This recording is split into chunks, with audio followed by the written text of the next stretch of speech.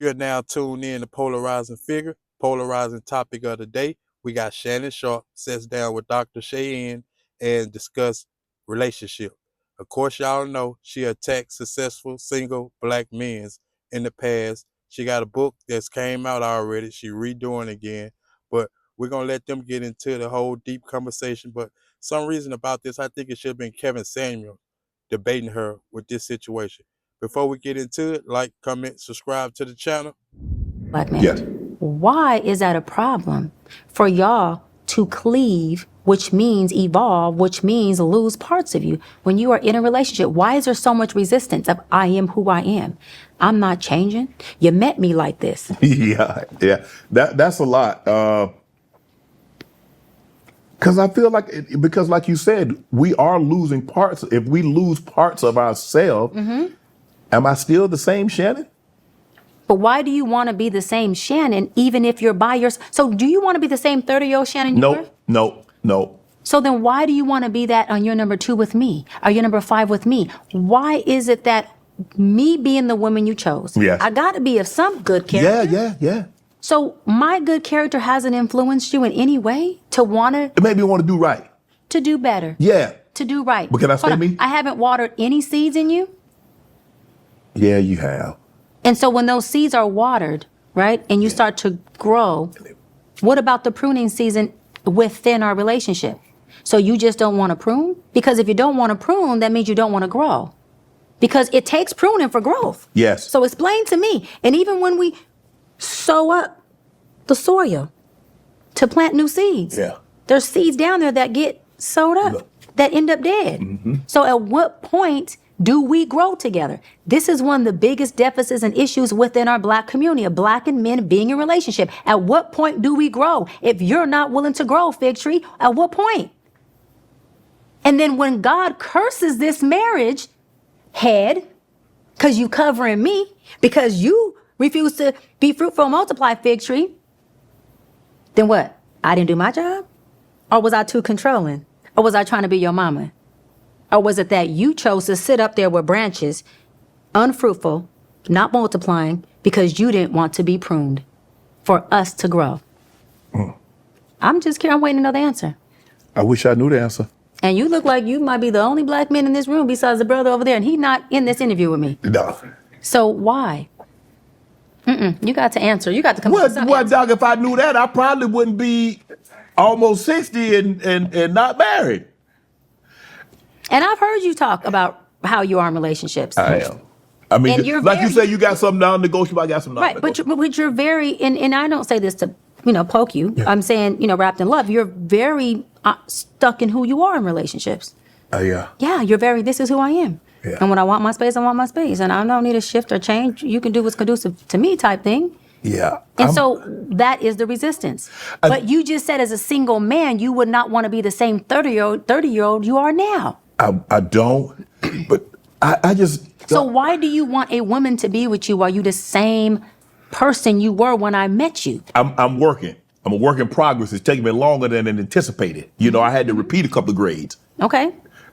I think, to be honest, Doc, I don't know, I don't know, maybe like you say you had this vision of being married. I don't know if I really, really deep down inside thought about I was going to ever be married, because I was just, my whole focus was to get my family out of the environment that we was in. Right. And I didn't necessarily I thought I needed a wife in order to do that. So it was just work, focus.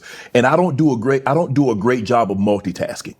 So I can't do my job and love this person like I love this job. That's the hardest part, because I've always put work first. Work has always come first. When I played, it was the most important thing. It was the only thing. You play second, or if you can't play second, just we ain't no sense in you getting in the car. And so it's so hard for me to turn that off, because I've done it for so long. And now that I have so many people counting on me, brother, sister, mom, kids, it's just hard for me. And the thing that I got, that's all you do is work. The only thing that you care about is work. And sometimes I think that is true, because I've gone on one vacation in 57 years. But what are you overcompensating for? Because workaholics are overcompensating for something they're lacking. And oftentimes, work is transactional. Yes. It's not relational, it's transactional. Yes. Oftentimes, folks will overcompensate in transactional worlds for what they're lacking in relational worlds. And it's usually because of what you said. They don't know how to operate in the relational world. No. But they do well over here. I do. And we all go where we do what? Best. Well. Yes. That's why I don't have. We all I don't do do a well. whole lot of things, but what I do, I'm very good at.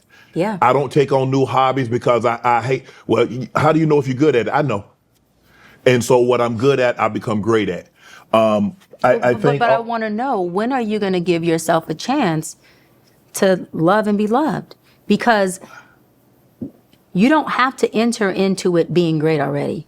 You just have to enter into it with the willingness to shift and be malleable, not to the woman, but to the opportunity of you being loved and loving somebody back.